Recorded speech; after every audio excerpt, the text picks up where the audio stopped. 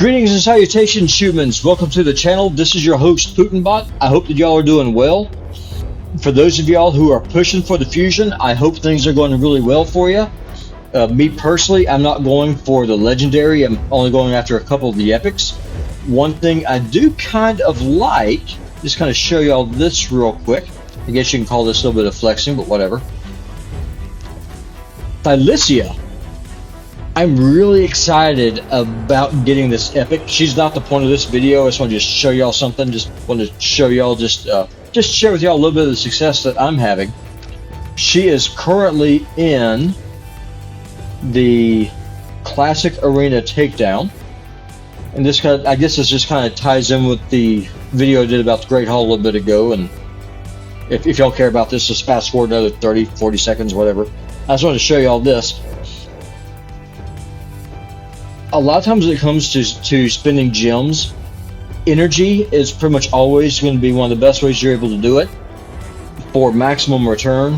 However, with a tournament like this, wherever you're able to buy refills in the Great Hall, no, for the Great Hall, for the arena, that's always a good thing to do, because the Great Hall is so important for your development. In this case, I have a chance of getting an extra 10 shards for Thylicia if I come in first or second place. So I have been buying refills. I have been pushing hard in the arena.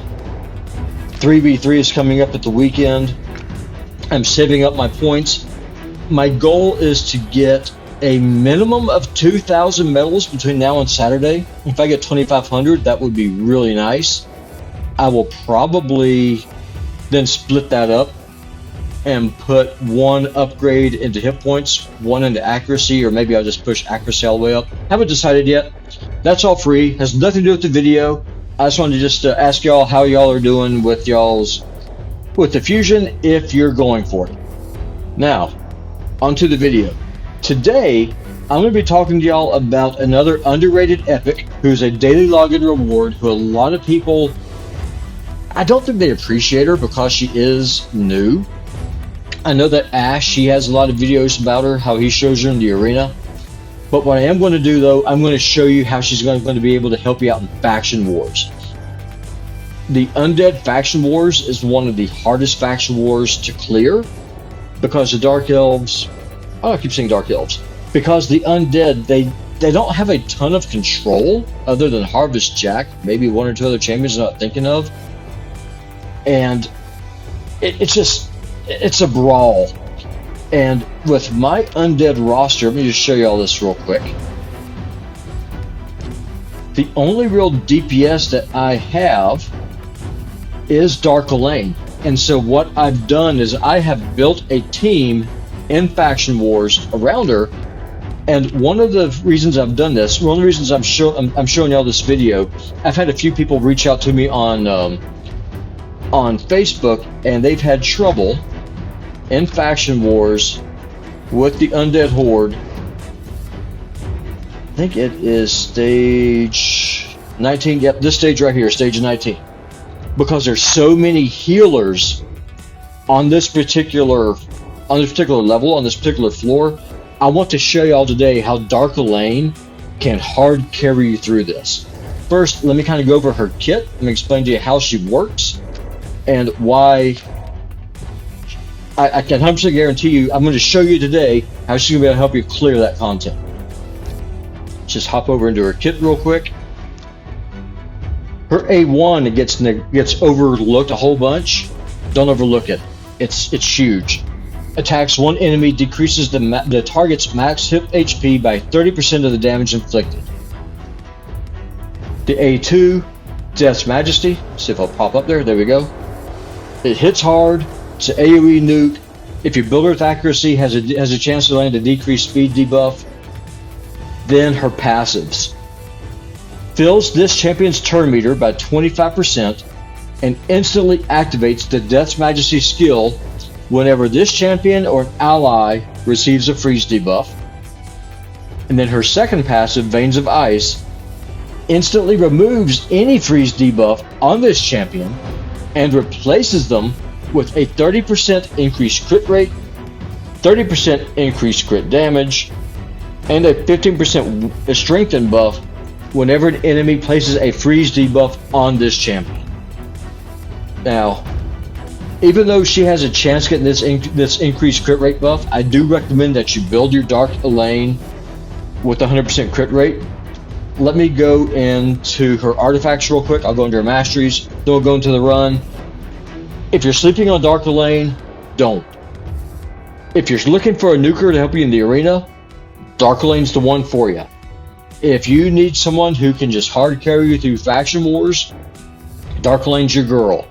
If you're struggling on Doom Tower against Yannickas and Torments and other freeze-based champions, take Dark Elhaine in there.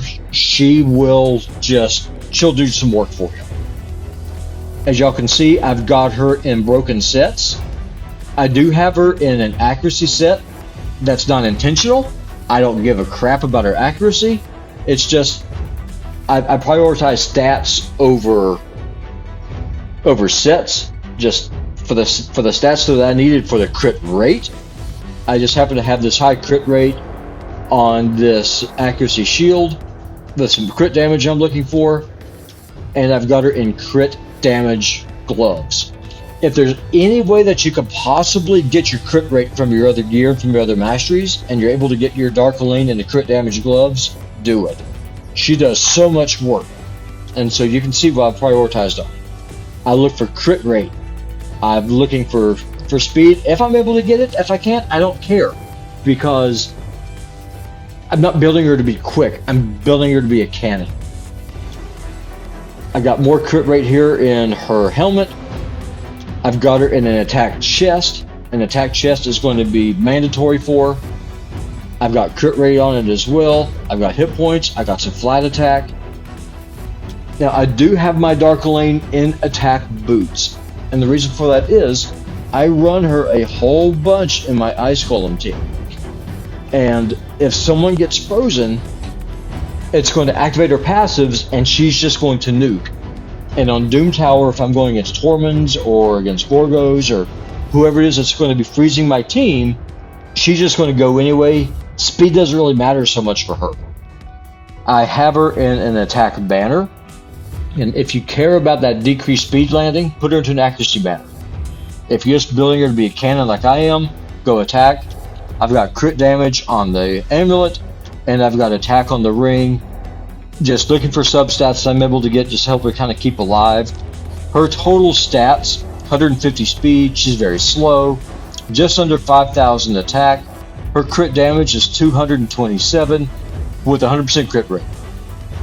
Now, let me explain to y'all how she is going to work in this Faction Wars crypt here that a lot of people are struggling on. Just hop over here to 19. As y'all can see, I haven't beat 20 or 21 yet, and I'm not going to be able to until I get my Gorgrab built up and until I get my Vogoth level 60 and get him built up as well. So this is pretty much where I'm capped at. So as y'all can see, the last wave, they're running 5 Vrasks. Vrasks are one of the best healers in the game, hard to deal with. Let me turn this off of auto when we get in here, and then I'm going to be quiet and I'll show y'all the actual run. So, as y'all can see, here on the first wave, you have 3 Thessalias and 2 Thenasals. You have a lot of healing. Dark Elhaine's A1, because it decreases max health, is going to, as the fight progresses, it's going to decrease the efficiency of the heals. You're going to see what I'm talking about. Whenever she's hitting these champions with their A1, the overall health pool is going to diminish. Think about if you get say if you get a gas can and you start putting rocks in it, it's going to fill up with rocks. You'll be able to get less gas in it. What she's doing is that she is decreasing the overall health pool of the enemy. So you're just over time, you're just going to be able to just blow through it. I'm going to be quiet now and put this on auto, and you'll see what she's able to do here.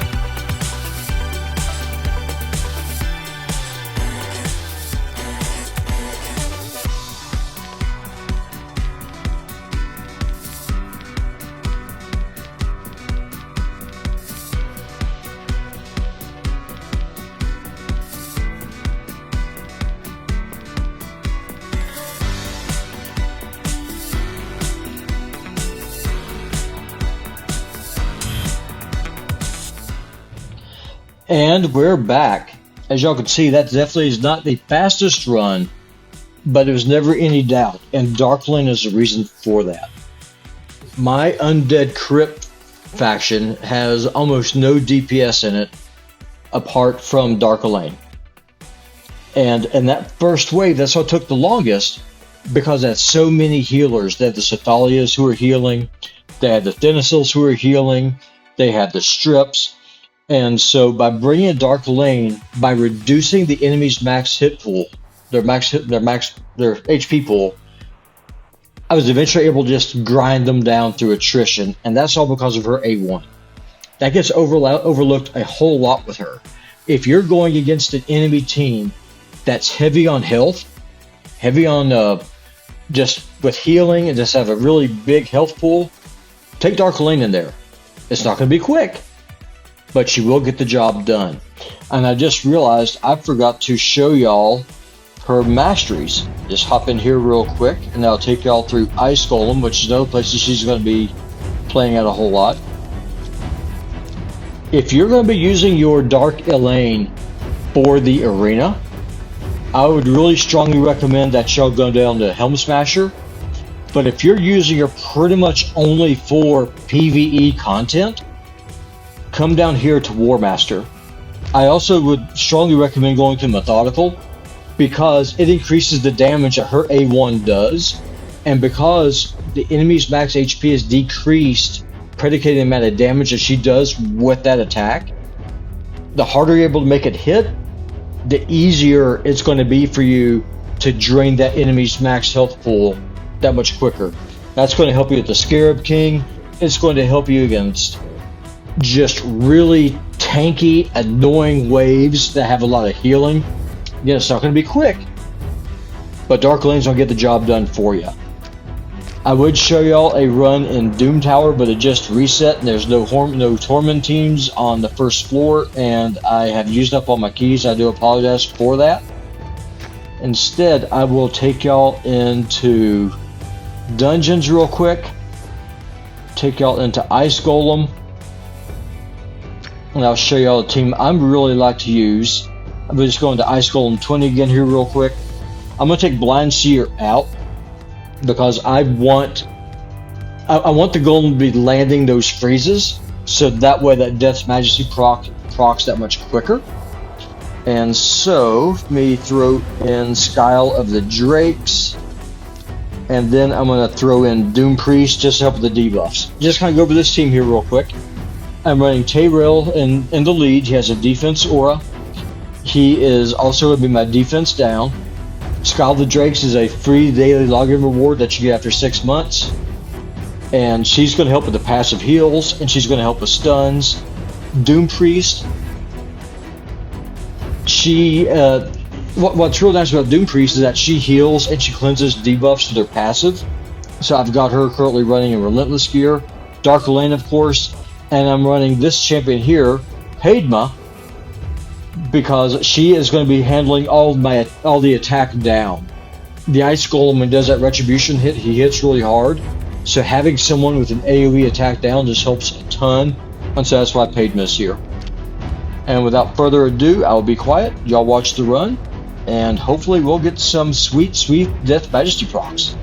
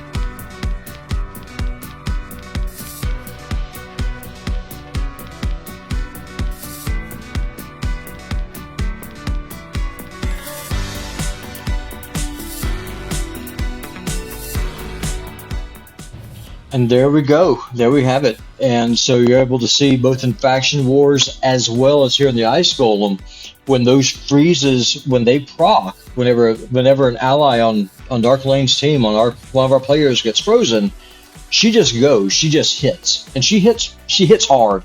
Like right here, she did just under 3 million damage. Let's take a look at these gloves. Let me see, crit rate, crit damage. Normally I'll keep 5 stars. I will keep these just to see how they roll. And let's just go jump in the arena real quick. Let's see if we can find a Tormund team. One in here. This one. We're just going to pop Dark Elhaine in real quick, just so we kind of get an idea about how she hits. Now, because I do have her in attack boots, just like Kandrafon, she's going to be really slow. However, because I'm running a Disruptor, in this case I'm running a Provoked Champion, Umbral Enchantress, it doesn't really matter how slow that she's going, just so long as she hits hard. So let's just go ahead and just jump in. I'll show you all this, and we will wrap the video and kind of give you final thoughts on how Dark Elhaine has helped me with my account. Let's go ahead and speed everybody up. Let's go ahead and toss out that Provoke. Didn't get the Seeker, that's unfortunate. What can you do? Let's do a defense down. We resisted the Provoke, that's nice. Let's go ahead and strip that defense buff. We got the counter. That was a counterattack. That's from the Retribution Mastery.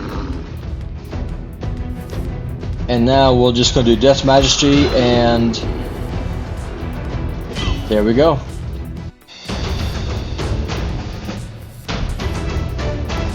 And keep in mind, Dark Elhaine is not in my best offensive gear. She is pretty much in a PvE build, but I mean, you saw for yourself, she did some work. She did just under 75.5. She came at 75,498. You saw her A1 from that retaliation hit that she has one-shot Bray, which was quite nice. Let's see, don't think there's any Tormunds here. Yeah, no, we'll end it here. I don't want the video to go on too long. And if you have Dark Elhaine, don't undervalue her. I hope that y'all enjoyed the video. If you enjoyed this content, if you would throw me a like and subscribe, feel free to comment down below. Tell me what you would change. Tell me what you would like to see more in the future about content that I'm putting out. And I will talk to y'all later. Have a good one.